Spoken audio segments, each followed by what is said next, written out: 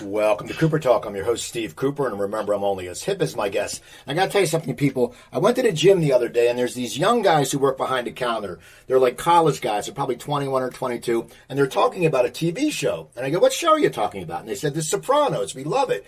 And so Ray Abruzzo's been on my show twice. I pulled out a picture of Ray, and they're like, oh, we love Little Carmine. And then I told them, I said, Big Pussy's going to be on my show this week, and they went nuts. And so just so you know, and I said, it's great, and that's who's on my show today. He's got a lot of stuff going on, the conversations with the Sopranos, his band. This guy's busy all the time. He works all the time. And my guest is Vincent Pastore. How you doing, Vincent? Good afternoon, good evening, whenever it is out in your land in New Jersey. I'm really honored to be on your show, Stephen. I'm glad to have you on. I want to start off with April 1st. Providence, in conversation with Sopranos.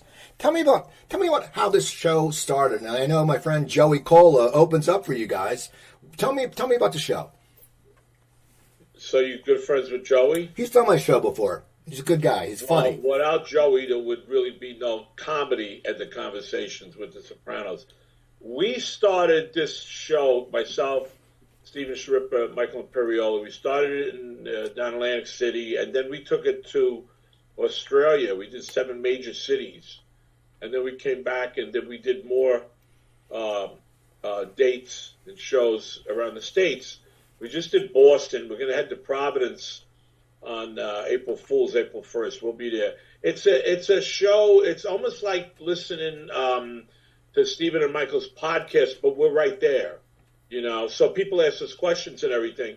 But what Joey does, he guides us through these 15 questions that we do every show.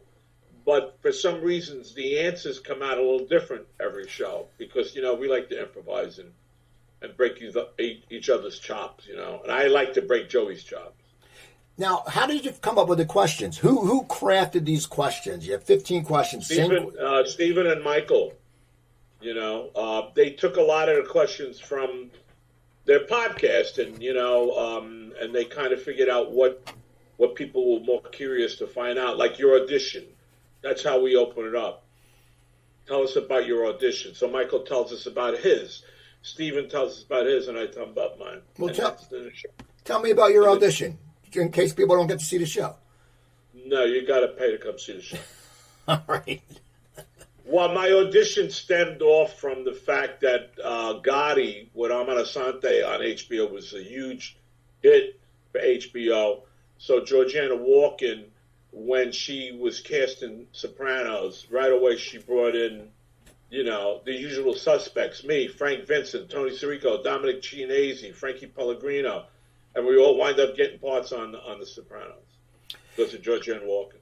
Now, you started acting late in your life. Tell me about your early years. What went on? I know you said you worked at clubs. I know you met the Dillon brothers and they got you into acting. But well, I was a club owner when I came out of the service. I was on the GI Bill. I was tending bar.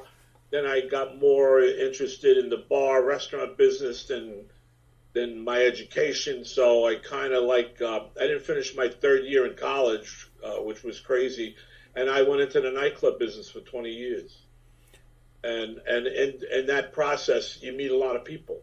And I met a lot of people. And they kind of influenced me to get more serious about my acting. Because I was doing community theater at the time, you know, a couple of musical comedies once a year.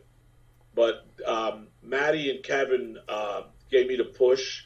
And then the rest was up to me. I mean, they set up my first interview. But I was talking to a friend of mine today on the phone about how I'm driving into the city on Metro North, and Matty was on the train because he was coming down from Mamaroneck, and he said, "Where you going?" And I said, "I'm going on an audition for Bugsy," and he said, "That's Warren Beatty's movie." I didn't get it. They gave the role to Bill Graham, the role of Lucky Luciano, but the fact that we were going along the same path, and then I wind up doing a movie with Matty, you know, called Deuces Wild, and I just was in Saudi Arabia with Kevin Dillon, who loves to talk about how he discovered me.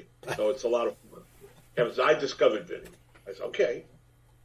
What got you interested in community theater, though, when you got out? I mean, when you were a kid, did you want to act or what? No, you know, you grow up, and as much as you don't want to deny it, you don't go up to your guys that are hanging out in the corner and say, I was just watching Brigadoon.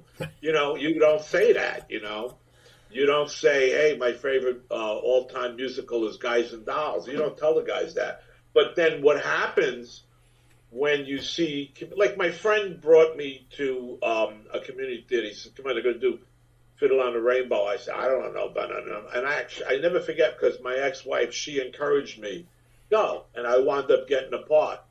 And then that was 1972. I was doing community theater with this guy, Johnny Roast Beef. He was in Goodfellas, Johnny Williams. He was in State of Grease. A lot of us came out of community theater. And your dream when you're doing community theater is to make it to Broadway. You're not thinking of film. So when I wound up doing Chicago and Bullets Over Broadway, then I said, okay, I made it, I made it as someone who was doing community theater. I made it to Broadway. I want to talk more about your acting career, but I want to find out about the Gangster Squad. I saw you have some shows coming up, and you have your birthday show. Yeah. Now, so you're a musician also? What is the Gangster Squad? What happened? What the club days? I had live music. I had live music 7 nights a week, which was unheard of back then in Westchester. And a lot of the guys that played there, Al Orlo, Eddie Denise, all these guys, they still contact with me. So we started doing, first we were running around with a group called the Crazy Horse All-Stars. But then when I was doing Bullets, I was down in the pit one day and I was running a few songs because I sang in Bullets Over Broadway. I was running a few of my songs with the band. The band was down in the pit. And Nicky Cordero said, you should start a group. And I said, I got a group, Crazy Horse All-Stars. He says, no, call it the Gangsters. And then I said, yeah, like the movie with Sean Penn, the Gangster Squad. And that's where we got it. And I hope Sean don't sue me. Yeah. So the clubs, then you start doing community theater. Now, when do you start getting your first roles in Hollywood? When did that happen? Hollywood didn't really start until after I got killed off to The Sopranos. Well, I mean, in Hollywood, I say in general, because I didn't. Stephen, my first trip out to L.A. was after I got whacked on The Sopranos. I was going out there to do Deuces Wild, and I was 52 years old, so I'd never been to Hollywood before that. You had never been to L.A. You never. No, I was Florida a lot, but when I got to L.A., my dear friend Richie Palmer, who was in the club business with me, wound up being a very successful pizza owner in L.A. Called Mulberry Street Pizza. And Richie had this, like this group of people coming into his pizza joint. Chuck Zito, Matty, Andrew Dice Clay. And across the street from Richie's Pizza Joint is a place called Cafe Roma, where Schwarzenegger and Stallone and Mickey Rourke would hang out. So when I start going to L.A., right away I go to hang out with Richie. Richie was my boy, and Richie introduced me to a lot of L.A. people. And now I go out, I have a manager out there, and I go back and forth, and I love L.A. I've been to Mulberry Street Pizza. Growing up, you have? Well, I lived in L.A. I lived in L.A. for 18 years, and growing up near Philadelphia, you couldn't find good pizza. And we're like, what the hell? So finally, someone says, because I lived in Burbank, they said you got to drive over to Mulberry Pizza, and I'm like, oh, it was great. And they used to say this other place, Casa Bianca, in Eagle Rock, it's okay, but the Mulberry Street was actually legit, and you're like, holy crap. You take your friends from California and go, this is what pizza tastes like, not this shit, this wood-fired California sandy stuff. It's something to do with it's got something to do with the water. Richie says he ships the water in from New York. I don't believe it. So how did you start getting parts in New York? You sit there, you're getting into acting. It's not an easy life. Where do you go? Do you get an agent right away, or what happens? No, that's one of the hardest things in the world, because I teach now down at HB Studios, where I originally started studying, and everybody says, I need an agent, I need a manager. I said, the only way you're going to get an agent or a manager, if you go do something good, they see you in it. They said, what? I said, you got to go do an independent film. You got to get on the stage. You got to do something good, and you got to invite people, and they see you, and that's how you get signed up. And that's what happened to me. I was working with Ted Demme, who went on from doing MTV Live to Dennis Leary's special, and his first movie, and we did a short film called The Bet, me, Teddy, Tony Lip, and Teddy said, I'm doing my first full feature, and it was a black hip-hop comedy called Who's the Man?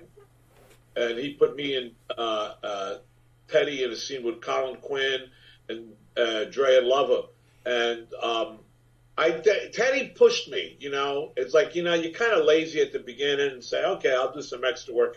But Teddy pushed me to do speaking roles. What was your reaction for your first speaking role? My background is stand-up. And I remember I was doing a short in L.A., and I have never really spoke in front of a camera. And I was at one line, and I froze. Yeah. Filming is so different than theater, because theater, you have your mark, you have this. The camera's right there in your face. You got to come up with a fourth wall real quick, because that camera's in your face. You can't feel that camera in your face. And at the beginning, I was very conscious of the camera and what I was doing. I was conscious of if I moved my hand, but that was 1989. And this is what I tell. I got, for instance, I'm directing a play right now with Maureen Van Zant and Bobby Finaro from The Sopranos. And one of my actors, and I love him so much, he's stiff on stage, and it's because he's a weightlifter. And I said, you got to loosen up. He says, I said, stretch. Do some yoga. You got to loosen up. I said, you got to do like Jimmy Cagney. Jimmy Cagney was a tough guy, but he could dance. You got to loosen up. And he's this guy, and he's listening. Last night he was much, much better, because you get tense. People get tense when they do an interview. Tell me about the play. Well, Maureen and I we're revisiting Maureen Van Zant. She was Gabriella on Sopranos, Little Steven's wife. We are revisiting a play that she was in years ago by Louis LaRusso. It's a prequel to Lamppost Reunion by Louis. It's called Marlon Brando Sat Right Here. And originally Paul Sorvino did the lead. And we're revisiting the play. So we're taking it to different venues, the Cutting Room in New York, Wonder Bar, Open Jar Studios. And we're hoping that we can get an unlimited run with this, because it's definitely an off-Broadway show. And it's a big cast. So when you have a big cast, Angels, the promoters should know we're going to sell tickets because you got a big cast. So the key is, though, who do you put in the cast? You're not going to get Joe Pesci, but, you got to get people that are going to bring some tickets. The same thing with a band. How many times do I go up to my guitar players and say, did you bring anybody tonight? Well, is that my job? Yeah. Yeah. Now, how do you enjoy directing? I mean, because, I think sometimes it's easier. Stephen, it's a good process for me to be directing my theater group and to be teaching, because I've been getting offered some film, and I say I ain't ready yet for a film. And I think the first film I'm going to direct is my own story. I wrote a story about my days at the Crazy Horse. I call it Wild Children. I put the play up 3 times. Now it's ready to be, to do backers readings and maybe get a nice indie done. So I think that's going to be my first directing job as a filmmaker. Now tell me your path to The Sopranos. How The Sopranos, you said the Gotti, but before that, what kind of parts were you getting? I know it's funny when you look at IMDb, it says for Goodfellas, you're the guy pushing the... Yeah, getting all the gangster roles. I was talking to somebody about that today, one of my students. I was told that. I was told at the beginning of my in the 90s when I broke in, and I started getting work on State of Grace and The Godfather 3 and Men of Respect and all these wise guy movies. America's Most Wanted. Adam Bernstein was giving me a lot of work on that. And one day I said to my teacher, how do I break out of this? And he says, you could break out of it in class. You could break out of it when you do theater. But Hollywood's typecasting you. That's it. I said, well, and I remember why I said it. I said, well, John Wayne made a living out of it. Now, you're getting typecast. Now, The Sopranos comes along. Tell me how that just changed. That's why I got the role, because, Stephen, they knew I could do it. Right. So they're not going to give you a contract for 7 years with a television show if they don't think you could do it. Like when I was talking to David, he says, I never saw Gotti. Years later, I said, you didn't see Gotti and you gave me Big Pussy and Sopranos? He says, no, I trusted you. I saw what you were doing in the audition.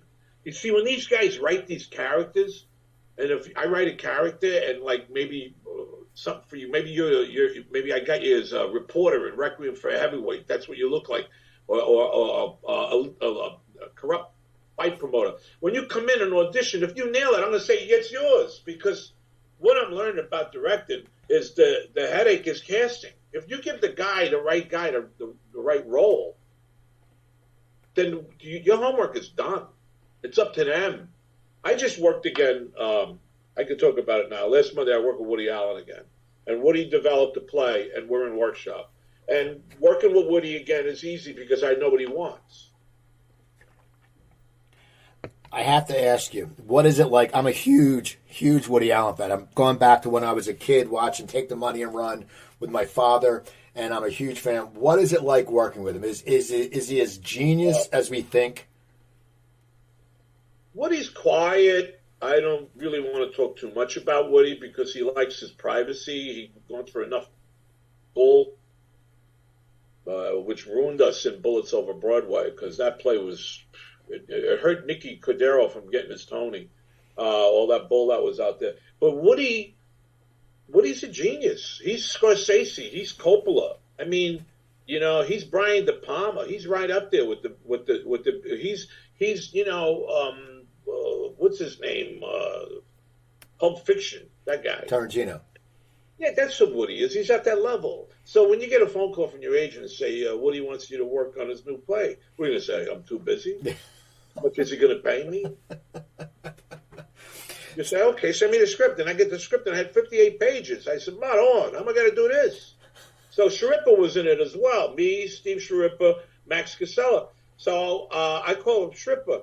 I said, you got to memorize this? He says, no, you just got to read. I said, well, I'm going to memorize. He said, you're crazy.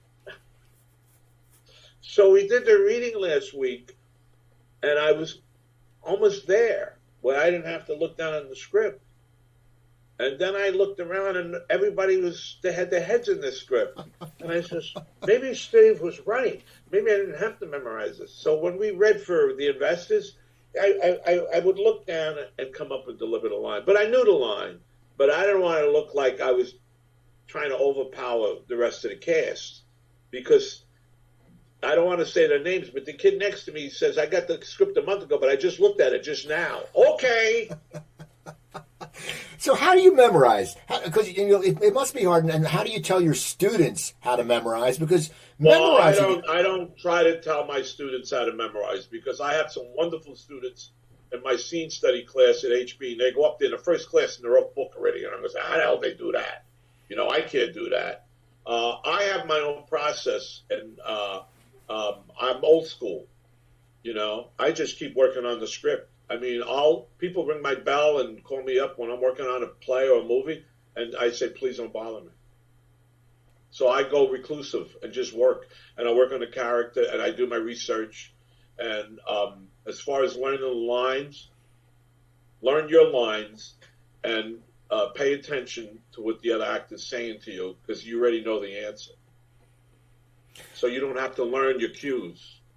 So I want to get back to The Sopranos. When you auditioned for that, you talk about it in the live show, but how long of a process till you knew you got the role? Was it a one-off? Like, did you walk in? No, it was weird, because when Michael talks about his audition, which was a bigger role for Christopher, he flew out to L.A. He had to do screen tests and all that. Sharippa tells me he was up for Skip, Louis Lombardi's role, who was the Fed, working with me, but he was recommended by Georgianne to take Bobby Bacala, even though it wasn't developed yet. So once David hired Sharippa and knew what he had as an actor, he was able to develop that, especially all the cries. Sharippa loves to cry. He just cried in the Woody Allen play. He's a crybaby. I'd break his jaw.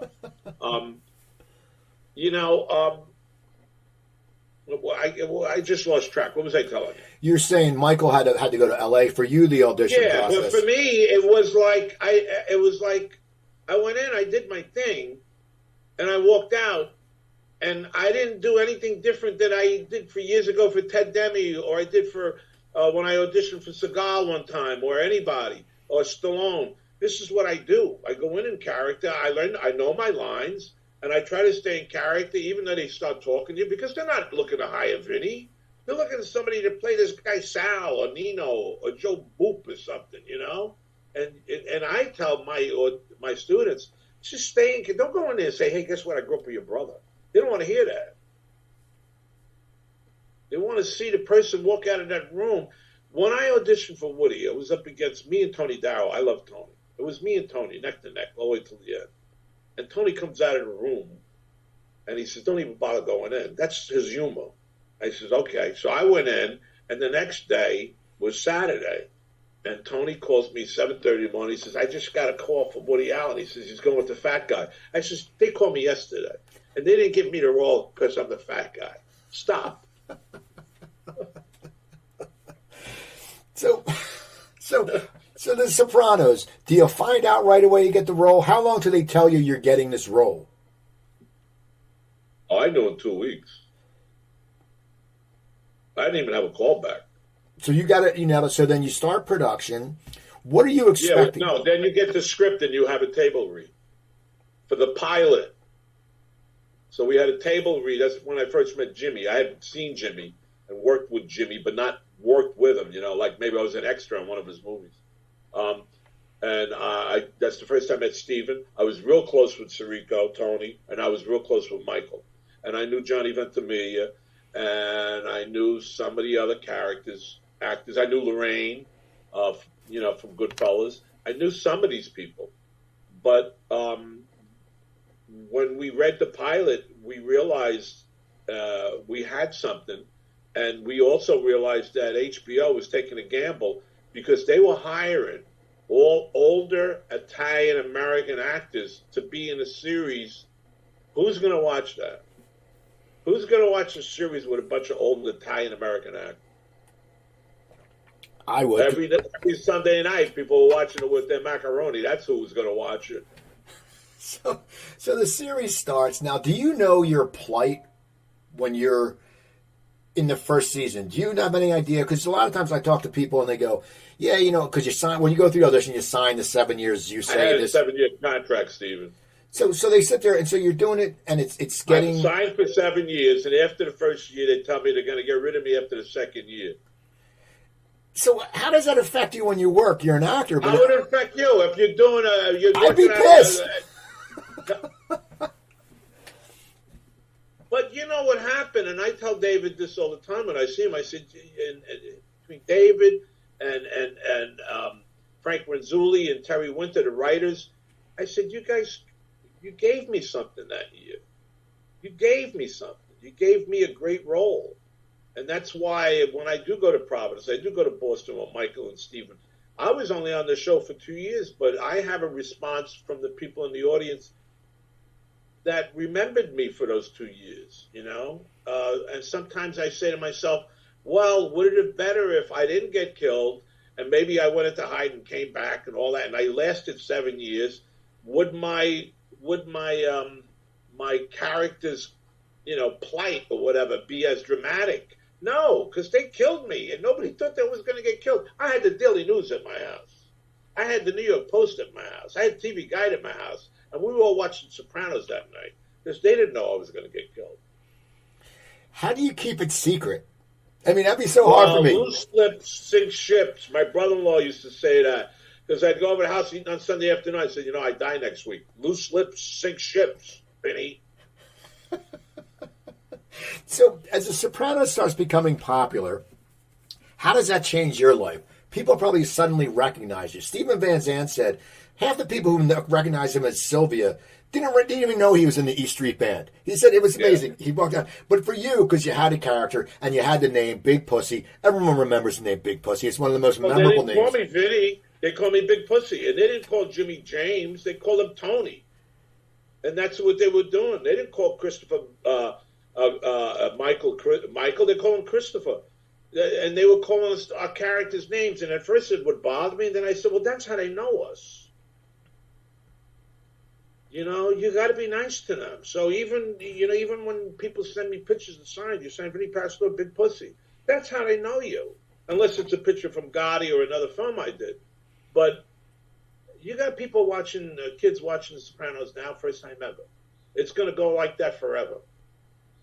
Because my granddaughter's 11 years old. She keeps saying, when can I watch the show? And her mother said, not for a couple of years. Right.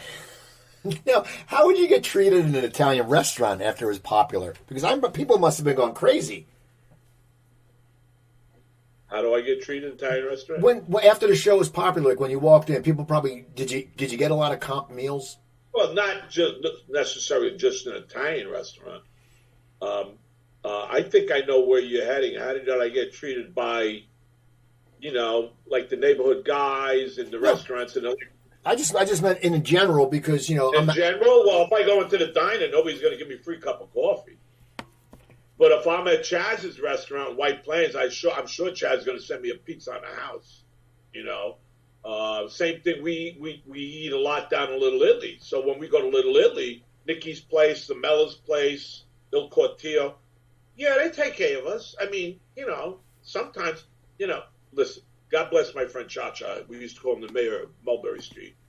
He was on The Sopranos. He was one of Frank Vincent's guys. He was in Goodfellas at the scene with Frank Vincent. Cha-Cha said, I don't pay for nothing. He says, I go out, people ask me to go eat in a restaurant, I'm not paying for nothing. I'll leave it to him. I said, well, I can't be like that. But there are all guys like that. So after The Sopranos ends, you're on a popular show. How does that change the trajectory of your career? Are you getting offers? Are you got to still audition? What was going on? Yeah. I wound up working with Denzel on The Hurricane. Great role. Alfred Bello. I wound up working with Favreau on Made. Actually, that was between season 1 and season 2. I wound up working with David Kelly on The Practice. I wind up getting some good stuff. As the years went by, and I'm still getting. I got a movie coming out next week, Spinning Gold. It's the life of Neil Bogart, Casablanca Records. Now, I'm in that. That opens next Friday. And now, explain your role. What is it? Is it what kind of movie is it? Neil Bogart started Casablanca Records. He called himself Bogart because of Humphrey Bogart, and he started Casablanca Records back in the '70s, which featured Kiss's first release, Donna Summers, Bill Withers, and this is his life story. And my character he's a compulsive gambler, and I work in the casino where he gambles, and he keeps hitting me for money. And that's all I'm going to tell you. Now, through your career, you did a sitcom years ago. Yeah. And I looked it up. It had a really good cast. Tell me about that show. Which one? I'm sorry. It was, what was it called? It was called the, I can't find it. It was. I'm freaking out here. I'm fighting a cold. I can't find it. It was. We'll talk about Pair of Kings. Well, sitcoms you usually go on as a guest star. I did Eric Roberts' sitcom. I did a few sitcoms, yes, but as a guest star, I never had my own sitcom.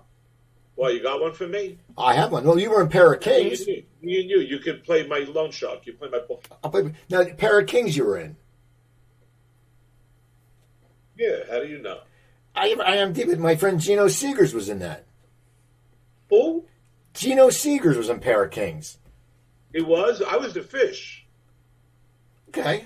So how do you get cast as a fish? They put a spell on me and I became a fish. See, he was the big native guy. Gino's like 6. Okay. He's got the deepest voice. He's like 6'4". He's an ex-rugby player from New Zealand. He came to one of my Super Bowl parties. His girlfriend's like 5'1". My wife's 5'3". He's standing between them. He looks like a monster. But he was on that show. Yeah. Mine was just voiceover work, though, because I was a fish. Now, do you like voiceover work? Yeah, I love it. I just did voiceover work for a couple of projects. So how about... what's that? It's great. You go into the studio, and the money's good. Now, what do you love about theater? Do you still love theater? I mean, that's where you started. Oh yeah, especially what's happening now, where we're developing stuff. So I get guys that, studied with me, and now I put them in the play. And I said, you're not in class no more. Learn the stage. Walk the stage. You feel like crossing, cross. Don't wait for me to say cross. I says, when I worked on both off Broadway, Susan never told me to go from point one to point two. Do it. If it don't work, I'll tell you it doesn't work. And that's one of the things. It's like an organic process, Like last week, I had Maureen stand in the back of Bobby when Bobby's character was saying, you jilted me years ago. You left me for that sailor. Now, last night we worked on it. They were both downstage so the audience could see them better. And they're just like a little angle talking to each other. And that's the process. You can't do that in film. Because in film, I go like this, okay, set up this scene, shoot it, boom, thanks, let's move on. But in a play, every night you go in, you can make a little change. But you don't get rich doing theater. Yeah, that's true. Now, you're also in Gravesend, and that's with Louis Lombardi. Yeah, with Willie DeMeo, his project. My character is, I'm the consigliere for Chaz Palminteri. Tony Darrow's my underboss. And we just came in on season 2, and we will be going back on season 3. We start shooting in August. Yeah. Now, how about Wu-Tang? You're in that too. Yeah, I was in Wu-Tang for the first season. I played the guy who ran the rib joint where, what's his name? The main guy from Wu-Tang. What's his name? RZA. His mother used to work for my character. So RZA was there sitting when we were doing the scenes. He said, you're playing the guy who helped out my mother. And it was cool. Yeah, it was cool. That was good. That's all good stuff, Now, as an actor, when you left The Sopranos, was it hard because you're leaving a show, you have a crew that's getting closer? I talk to people who've been on series for a long time. When they leave, it's sort of a little bit depressing because you're close with the crew, you're close with the cast, and then all of a sudden you're not there. Is that something that I was bummed out for a while, but I got over it because I started working. I didn't look at Sopranos as I was going to be there for 8 years. As soon as they start saying he's the rat, I said, this guy ain't going to be here for 8 years. Unless they want to make it like Disneyland. The rat's going to die or goes into witness protection. It's one or the other. Now, do you do the Soprano I knew I was the rat in season 1. And that when they killed Joe Bartolucco, his character in the elevator, and because when John Hurt said, Pussy's the rat, it's Pussy. But they killed, and then they thought they killed the right guy. And then they said, where's Pussy? And I disappeared. Where did I go? Well, in season 2, I come back, I said, I went away with my girlfriend. No, I don't think I went away with my girlfriend. So you got to watch it. Say, where did he really go?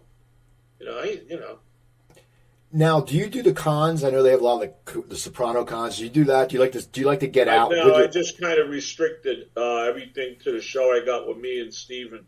Because I don't want to burn myself out and say, oh, I saw him last week in Comic-Con. And I did the one in Saudi Arabia. That was great.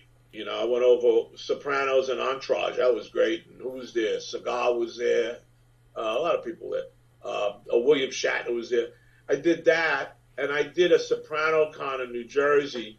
But a lot of times they say, hey, Vinny, do you want to come in and sit there and sign pictures? And a lot of times I say, hey, you know what, I'm going to be doing something else a week later. It's the same thing when I book my band, because when I was a club owner, I would say to the band, you playing with me Saturday? I don't want you playing around the area for a month. It burns you out. You're going to hurt your draw. It's the same thing with acting. I got to ask you, when you ran the club, were you a huge music fan? I mean, did you grow up loving music? Is that why you always had bands? Yeah, when I was 12 years old, we were singing a cappella. That's how I grew up. A cappella. I had a cappella group. Then even when I was in the Navy, I had a singing group. And then I come out, and I went into the club business. And first I was a DJ, and then I opened up my club, and I had a DJ booth, but I built a little stage for a folk singer. In 2 years, the stage was bigger than the bar, with a sound system and everything, because I wanted to be like the bitter end. I wanted to be like the bottom line down in the city. I was bringing up groups from Jersey and all over. It was a lot of fun. So, what do you have besides the play, besides conversations with Sopranos, besides the Gangster Squad, besides the movie coming up?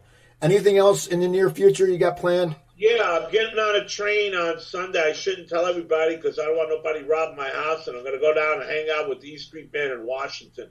I'm taking my family. And it's costing me a bundle because prices are sky high. But, hey, it only comes around once, Steven.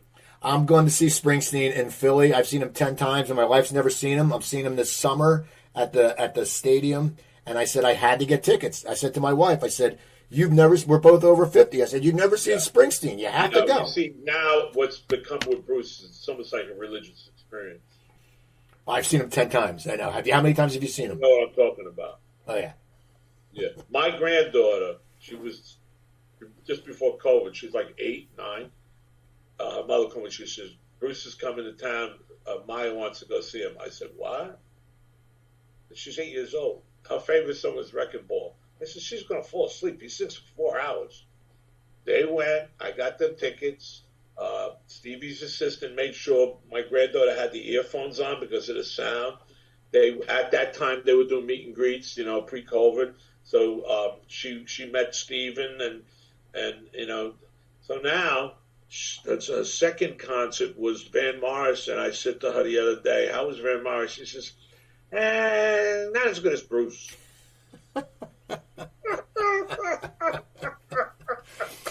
I got one final question for you. What was your best memories of The Sopranos?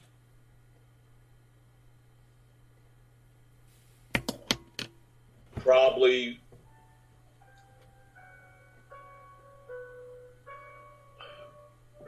hold on. Probably when the best memory of The Sopranos is probably when I got my SAG award. What made it? Because I never thought I was going to be a guy coming up from a rough neighborhood in Rochelle, New York. All of a sudden, I'm in Hollywood. I walked the red carpet with Ozzy and Ruby Davis, and their kids were playing in my club, Guy Davis and Abdul Wali.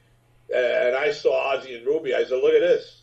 Because Ozzy used to come into my club to watch his kids sing. And all of a sudden, I'm walking them back because they honored Ozzy and Ruby that year.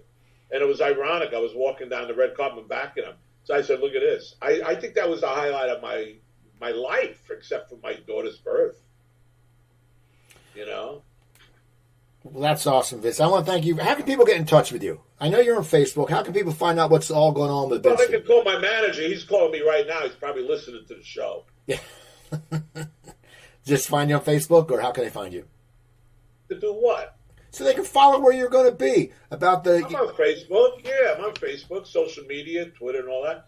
But I'm not going to give out my email. Oh, no, I know that. I wouldn't ask you for that. What are you, crazy? I'm not going to give you. I'm not going to give that out. So people... Give it to you. Have it. You have it anyway. I'm not going to give it out, though. I have it. It's... Anyway, people, go check out Vincent. Go follow him on social media. Go to his IMDb. Go look at all his shows. Go back and watch his Sopranos. Go see him when he's in town. Go see the Gangster Squad. Listen to my show. You can find over 950 episodes on my website, coopertalk.net. I'm Steve Cooper. I'm only as hip as my guest. Don't forget, drink your water, eat your vegetables, take your vitamins, and I'll talk to you guys next time.